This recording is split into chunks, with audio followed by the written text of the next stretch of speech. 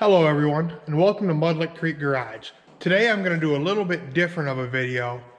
I haven't seen much online about these, and they were a good price when I bought them, so we're going to test out some tools that I've already been using here in the shop and love, that hopefully I can save you guys a few bucks. So here we go.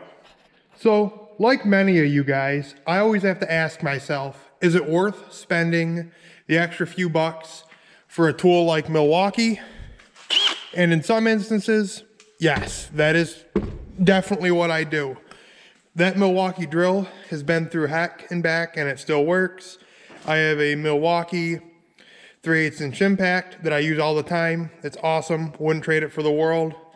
But I was looking at the 3/8 ratchets and I couldn't bring myself to spend the $200+ on a fuel one when these, from what I see, were just as good and they were significantly cheaper. So this is the 3/8 extended, rated for 40 foot-pounds. This is actually brand new. I just pulled it out of the box for this video. It's the 1/4 inch, which is rated for 35 foot-pounds. So my test rig I got here is I have a wheel stud off of an F350 that has been welded into this here plate, and I'll shoot it with some grease and I will torque it down, start at 20, 30, and so forth up to 40, and we will see what these tools can do.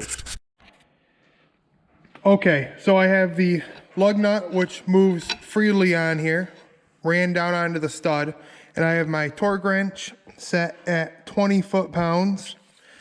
We're going to torque this to 20, and we're going to see what the 3/8 long can do. Now, I will let you know, this is a Harbor Freight torque wrench, so it might not be perfect. So here we have a full battery, fresh off the charger, in reverse. Not an issue. Run this back on. All right, so now we're going to take our torque wrench and we're going to bump it up to 30 foot-pounds.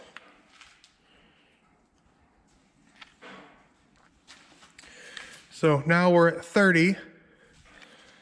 See how tight this got it. Maybe it'll click already. Nope. Well, it's definitely more than 30. I made a mistake there. But let's see if it takes it off regardless.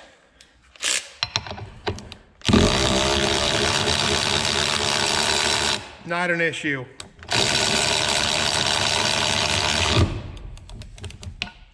All right.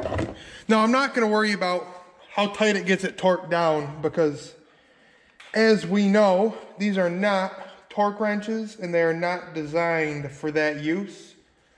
So now we are at 40 foot-pounds. We'll torque this down.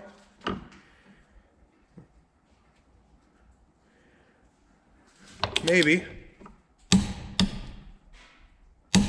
There. We will see if this can do it.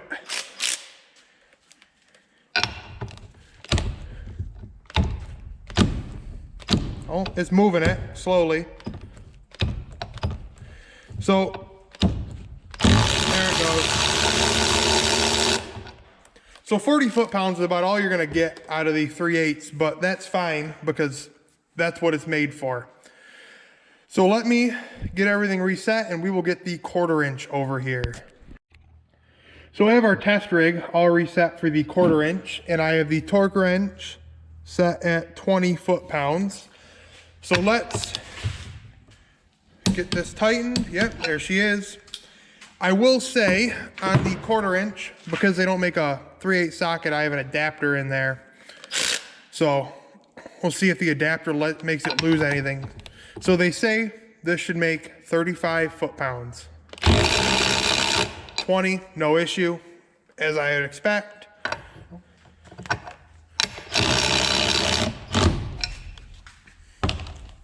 So our torque wrench is set to 30.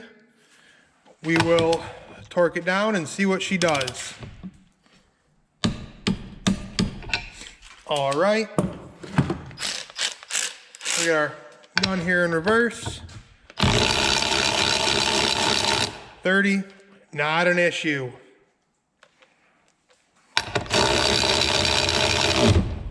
That tighten back down.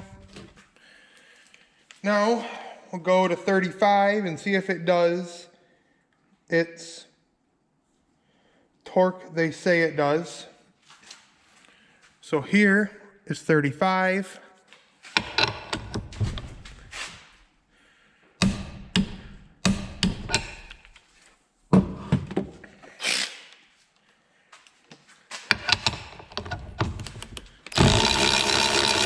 Not an issue.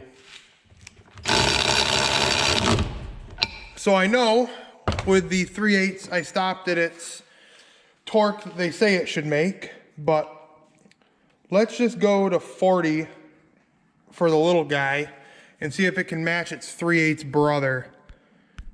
So if you can see that, we are at 40 foot-pounds.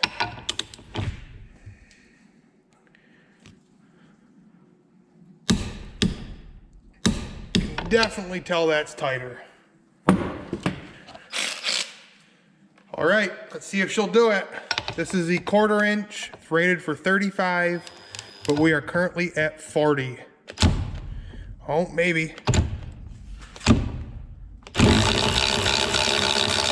There, she did it, but just like the 3/8, she had a little trouble.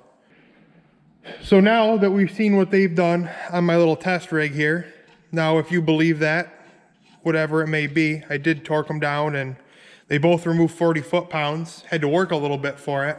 You're probably asking, what do they do in the real world? So over here, I have the Razor project that you all probably have seen if you've seen my other videos. If not, go check them out. We're gonna come to some of these transmission bolts, the little 10 millimeters here, that don't look like they've been out since this machine was new. Well, actually, these are a mount bracket, but let's see if they will come out. All right, so I have the 1/4 inch here because it would be the proper tool for the job given its size. We are going to see if she will pull it out. Took a little bit there, but she broke it free. Can I get on the bottom one? No, I can't. So yeah, it broke that one free, no issue. Let me see what else I can find on here that doesn't look like it's been out in a while. So I changed over sockets here, and we're gonna go for some of these bigger transmission mount bolts. I don't know if it'll pull these out or not, but we're gonna see. Oh, had to get a little help. No, we're gonna have to get a wrench on the other side, but it would not pull that out.